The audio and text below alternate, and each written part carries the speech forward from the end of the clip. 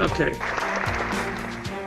So now if anybody's out there watching this and you want to come in and join us for this after discussion, feel free to do so. Because, Mike, that was so awesome. It really was.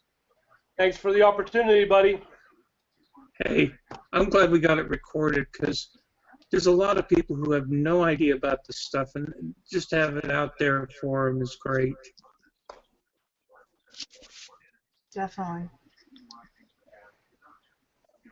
I still got Pentecost next year. Yeah, I'm not going to take Pentecost away from you. I'm working hard on that teaching. I mean, it's one of my. I promised it to you. Look, I'm not going to claim I'm as good as God, but if I promise you something, I'll do it. I know you will. Well, I just did the big switch. I went from the iPhone to the iPad. Awesome. Cool. That's why you were in here twice, huh? He's versatile. Well, the battery's down to 7% on the iPhone. I was like, am I going to make it? Houston, Yeah. Houston, this is Apollo. Am I going to make it? I did. Okay, well, there's some really neat stuff that was talked about here, and there's some of it really important. I know we're not going to get into all the details of everything, but I mean, you know, we're going to go over. Lewis is going to go over the whole thing with Anna and Simeon, but that's so important. All of that information about that, because you know everybody teaches that the wise guys were there at the birth. They couldn't have been, because as soon as they left, God got on the horn with David or with the Joseph and Mary and said, "Hey, beat it, scram out of here." And they went to Egypt as soon as the wise men left. So it could, and Mary at 40 days is still hanging around at 40. I mean, you don't do that. If God tells you to go, you just get up and go. Yeah. Mm-hmm. Time to go. Get it moving. Move along. Right. You know what I like? Can I make a comment here? Sure, go ahead. One thing I really love about this is how it shows the timing that God has. It's just precisely perfect, the timing of God. It just really encourages my heart every time I have a need, every time I have to pray, or not have to pray, but get to pray. You know, God is always on time.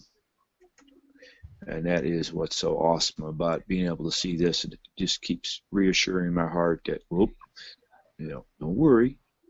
God will be on time. I just got to be on time with my prayers and keep my mind renewed to what's written in the Word. Yeah. Yep. Yeah, a lot of times I think about part of eternity is going to be able to look back and see the things that God was making happen around us everywhere at every given point in time, and just how unimaginable it is. I think that's a beautiful point. I love Yeah. Yeah. Yeah. Beautiful grandbaby you have there. That's my buddy. She wants to get in on the action. Yes, Well, of she's course. always welcome. She's got the peepers. And why do I feel like I'm your dad right now, Michael, because it's like, I keep on, okay, it's Allison. I keep getting mixed up between Allison or Alyssa for some reason, but it's what is it? It's Allison? Is it Allison? Allison. It was my first one. Okay. So my instinct, I don't know why. So, okay. But at least I have it right. Like initial. You got it right. So, hi, Allison. Hi. Are you gonna say hi to me this time? Are you gonna say hi? Hi, Chandra. Okay. I I got the this. I know what that means. It's like it's like the high, but now I'm like stretching or like.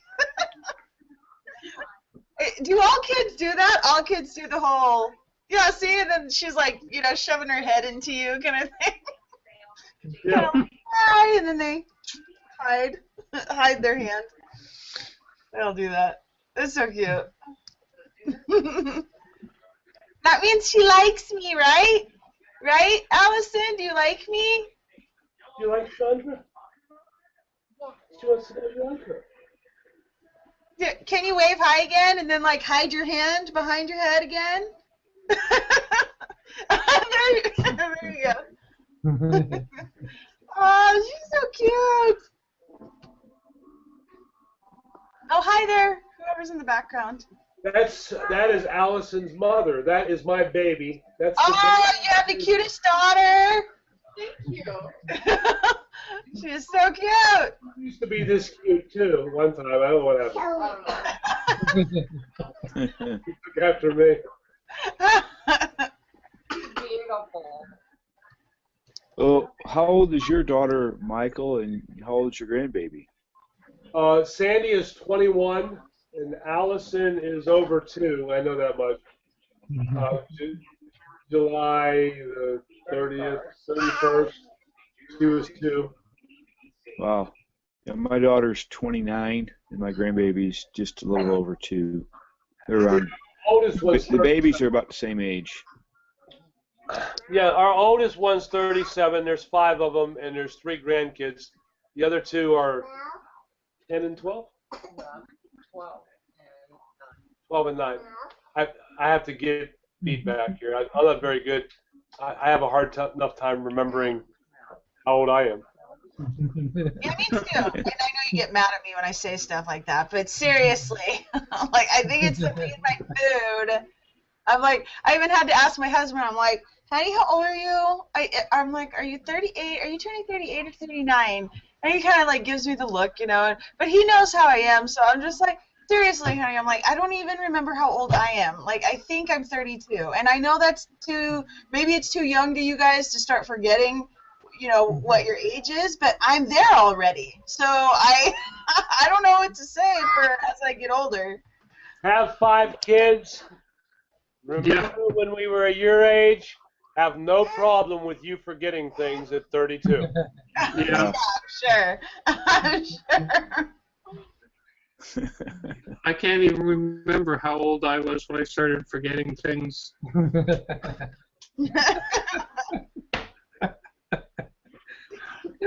Oh, man. Hey, I'm lucky I'm lucky that, okay, I remember my kids' names, and I remember how old they are, and I remember their birth dates. So when people start asking me, oh, how much did each one weigh when they were born? Nuh-uh, sorry. I don't remember that sort of thing. I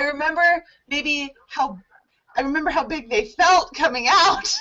I remember that, but I don't remember like the exact ounces and stuff.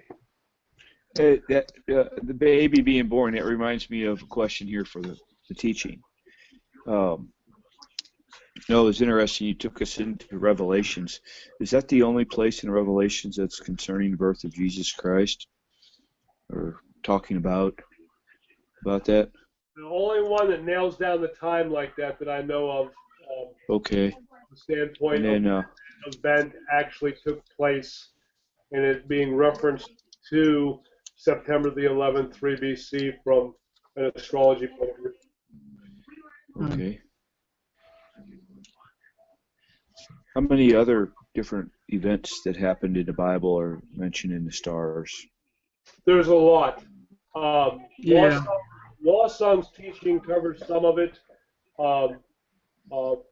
The constellations are mentioned, that I know of about 17 to 20 times, but that's my limited knowledge. I'm not exactly I'm learning to be more expertise in this field because of 35 years of learning it. But the Old Testament stuff, a lot of it, I'm just coming into the understanding of just how many times it witnesses the constellation concerning events that are going on. Yeah, 'cause there's a lot of talk about, on the street out there with people about the trumpets and the end times and all that stuff. So, they get kind of lost in the whole thing because they've got the administrations all wrong. But Yeah. knowing these truths really kind of helps us when we need to talk to somebody and help them understand. That's a big deal too, Lewis. You're right, because predatorism and a lot of these other things that get you away from the mystery are the main point they're missing is administrations, as John so beautifully illustrates in his end time thing. I can't overemphasize One Day with the Creator and the End Times video how important for this generation. It's just the more I see the way people I love that I knew that knew as much of the word that we shared today as any of us do are off in some of this garbage now. Yeah, because it's they've unbelievable. lost the mystery. It's just a horrific, terrible thing to see that happen to wonderful people of God that have so much word embedded in them. But what John is doing, what Bob's doing, what this ministry is doing as far as standing firm around that mystery is just, you can't even, that is it. That is the whole essence of understanding who we are, what time it is, and where we stand and what we should be doing now, which I tried to illustrate during the teaching, but gosh, you just can't go too far with that. No. Yeah, there's so much stuff in the Word that that people have just absolutely wrong. Like Herod, you mentioned Herod tonight. Herod is not a name; it's a title. Like Pharaoh. Herod was the ruler, the guy the Romans set in charge of Israel. Because his name gets mentioned many more times. If you look at Acts 12, in verse 1 he's mentioned. He's mentioned for almost 2 chapters that Herod was, Herod didn't acknowledge God and he, got eaten by worms. That's, that stuff is there. Herod is a name, not a name, it's a title. Yeah, that's cool. Can I say something? Oh, you got to say something? Go ahead, Donald. That's a different Herod in Acts 12 than the one that Michael Lewis was just talking about. Yeah. He killed all the babies 2 years and under. This was one of his sons, I believe. Yeah, and it was actually his father that originally took over the Judean area for the Roman Empire, and it was his father that got booted out. So when Herod was coming back into his own, he was taking the throne that his father would have originally had. Very interesting history. I learned a lot preparing for this teaching that I didn't know before about that stuff too. Yeah. Which is one of the wonderful things about teaching God's Word. No matter how well you think you know it, when you start studying like this, my Lord, the Lord opens up so many new things to you as you can handle it.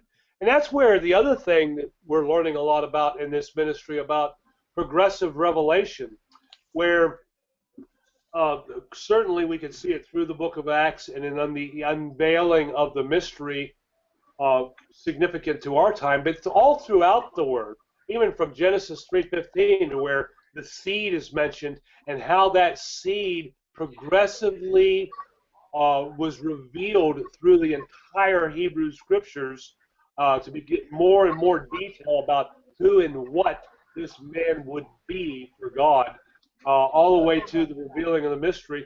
And it happens in individuals' lives too. I can only learn what God knows me better than I know myself. He has progressively, in each Christian's life, everybody talks about the plan God has for each Christian, which is very true, but it's how well we stick to what God's revealing to us from His matchless Word, to how much further this progression will go. And we are in a progressive revelation, each one of us individually and as a group, ourselves, as far as God unveiling the matchless truth of His Word to each one of us and all of us as a group. And I think that's just a magnificent concept on this progressive revelation thing. And it happens on so many different levels as far as dealing with personal things in your life. Progressively, God will work you through the situation if you just stay faithful to His Son, Jesus. Yeah, I was just having a progression in my head while you're talking. You know, we're talking about all this timing stuff, you know, and the birth of Jesus Christ, when He's coming back, all that. Some people think He's already been here. This blew my mind. I just read this in 2 Peter 3. But the day of the Lord will come as a thief in the night, in which the heavens shall pass away with a great noise. I don't think that noise has happened yet, so how could He have been back? And the elements shall melt with a fervent heat, and the earth also and the works that are therein shall be burned up. So, hey, next time I run into one of these people that tell me Jesus Christ already came back, I can take them right there and show them that one. I guess I'm deaf. Like, yeah, I missed it. Oh, maybe it was the Big Bang. Yeah, right. Well, then who are we? The best illustration I've heard of the Big Bang is that a bomb goes off in a library and you have a dictionary. Yeah. Yeah, doesn't John do something like that in his class or something? yeah. Beautiful. Yep. Brilliant. Yes. Okay, Donald, what do you got to share there? What's on your heart about all this? Well, the timing and stuff of all of these things is just absolutely incredible. And one of the things that I thought was really cool was the path that Jupiter takes through the sky, and the planets were all considered stars, but the word planet means wandering star, so they kind of move through the skies, and but that's why they would call them stars, because that's, I think planet is a English transliteration of planetes or something, Greek or Latin, something like that, but just means wandering star. And then the retrograde motion is really, that retrograde motion is so cool. And that those astronomers, they would chart those stars. That's what they do. They chart them. So every night they know where they are, where they've been. And when they would see that path of Jupiter back up and go around and then start up again and make a loop, and then seeing that Regulus, the king star, and was being encircled by Jupiter, the king planet. I can just imagine the champagne being broken out or whatever. The party's going to start right now. Popcorn's popping. Totally awesome. And then one way to visualize that retrograde motion, or how that all works, is the Earth is closer to the sun than Jupiter is, and so we go around the sun a lot quicker. And it's kind of like when you're on a road and you're driving in a car and you pass a car. That car looks like it's going backwards to you from your point of view, but it's still going down the road really fast. But it's an illusion that makes it look like it's going backwards. That's the same thing with the Earth. We're passing in front of Jupiter as it goes around the sun. You know, we're just going faster around the sun than Jupiter is, so it appears like it backs up. Wow, that's cool. It's really cool. And all Yeah, I of know Michael covered it in the teaching, but just hearing you re-explain it was really awesome. there's so many time words, time indicators in the first 2 chapters of Luke. It's totally awesome. It's just, I'm getting into my teaching now. Yeah. When are you going to do a teaching? I can't wait to hear you teach. It's, Okay, well, Don does his next week, and then you do yours the following week. Previews of coming Oh, attraction. Oh, Yes, only a week away. I get to hear Donald. You know Yeah. something else that's interesting about all these stars? Caesar, it was in one of the books about the star.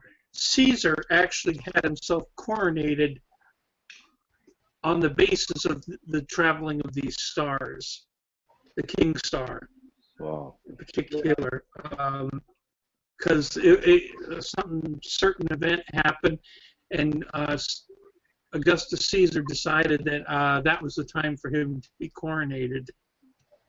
Exactly. It was part of the culture of the time. They all lived that stuff.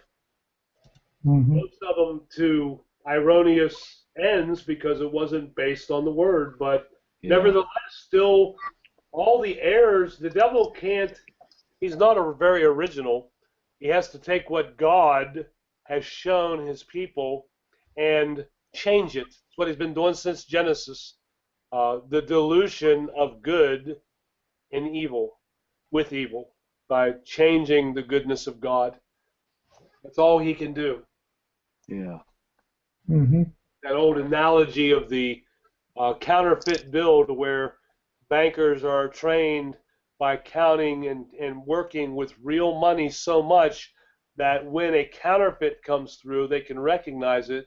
The same way we should have our instruction, to where we just work the word so much and keep it such a part of our lives and our hearts that when a counterfeit comes by, boom, we recognize it. That's what I like hanging around you guys for. It's kind of interesting. I worked in retail for a long time, so I mean I handled money and I saw money a lot. And I will never forget this one time. I was moving shopping carts out of the customer's way so that they could get through. And I went by this one register, and I had to be 25 feet away. And the cashier was looking at a bill, and I looked at it, and from 25 feet away, I could tell it was counterfeit. Oh. Awesome. Wow. And that's how accurate we have to be with the Word of God. That even if we're not there right on top of it, we can just say that's not right. And that plays into your ability to operate the manifestation of discerning of spirits too. Discerning of spirits isn't just knowing there's an evil spirit around or anything like that. People misinterpret that so much. It's being able to distinguish the difference between truth and error. That's the manifestation of discerning of spirits. And just like all the manifestations, including revelation, the more you know the truth, the more you'll hear God's voice and the Lord Jesus Christ's voice communicating to you, because they'll never contradict their word. Awesome. Yeah. I never heard it explained that way. That's good. Well, guys, it's getting kind of late, and I know that some of you have to go to work tomorrow. So I think we're going to call an end to this for right now. Looking forward to next week. Mr. Culp, you're going to share Luke chapter 1 with us, and that there's so much information packed into that chapter. It is just awesome. So we'll be seeing you next Monday night, same time, same channel, right here on Google Plus and YouTube. And please join us. Tell your friends about us. And we hope you all have a great night and get your Christmas shopping done. So, good night, everybody. Good night. Good night. Good night.